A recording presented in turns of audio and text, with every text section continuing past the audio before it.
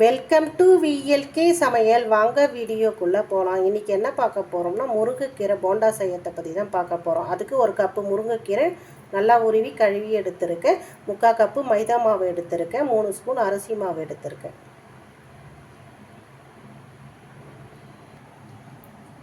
ஒரு வெங்காயம் பொடிசாக கட் பண்ணி எடுத்துருக்கேன். சிறிதளவு கொத்தமல்லி பொடிசாக கட் பண்ணி எடுத்துருக்கேன். ஒரு இஞ்சி துண்டு தோல் சீவி பொடிசாக கட் பண்ணி எடுத்துருக்கேன். 2 பச்சை மிளகாய் பொடிசாக கட் பண்ணி எடுத்துருக்கேன். சிறிதளவுக்கு பெருங்காய துண்டு எடுத்துருக்கேன். தூள் வந்து 1/2 ஸ்பூன் சேர்த்துக்கணும். இதுதான் தேவையான பொருட்கள். இப்போ வந்து நம்ம மாவு பிசைஞ்சிக்கலாம்.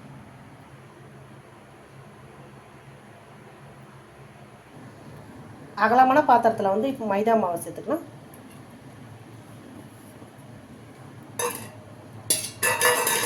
அரிசி மாவு சேர்த்துக்கலாம்.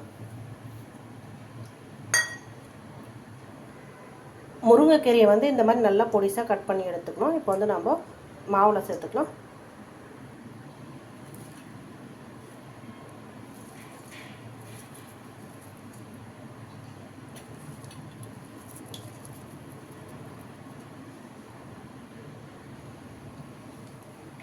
வெங்காயம் சேர்த்துக்கலாம். கொத்தமல்லி, பச்சை மிளகாய், இஞ்சி,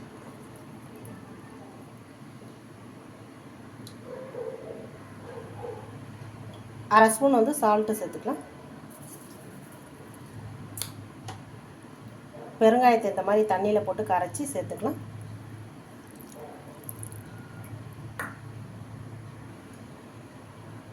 சிறிதளவு ஜீரகம் சேர்த்துக்கலாம். சேர்த்து ஒன்று போல் எல்லாம் கலந்து விட்டு கொஞ்சமாக தண்ணியை ஊற்றி நல்லா கட்டியாக பிசைஞ்சிக்கலாம். கொஞ்சம் கொஞ்சமாக தண்ணியை சேர்த்து நல்லா கட்டியாக பிசைஞ்சிக்கலாம்.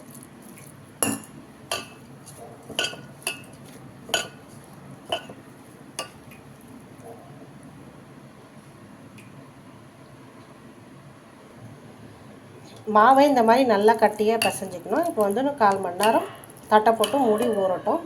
அப்புறம் வந்து போண்டா போட்டுக்கணும்.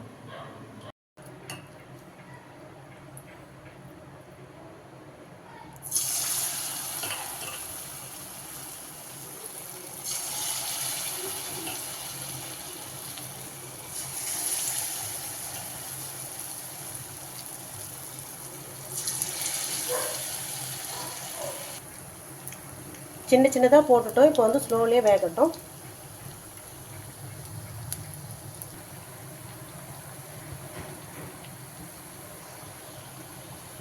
கரண்டியை போட்டு இந்த மாதிரி நல்லா கலந்து விட்டுட்டே இருந்தோம்னா நல்லா எல்லா பக்கமும் வெந்துடுச்சு. இப்போ வந்து நம்ம தட்டில் எடுத்து வச்சுக்கலாம். மிச்சமுள்ள மாவை இதே மாதிரி சுட்டு எடுத்துக்கலாம்.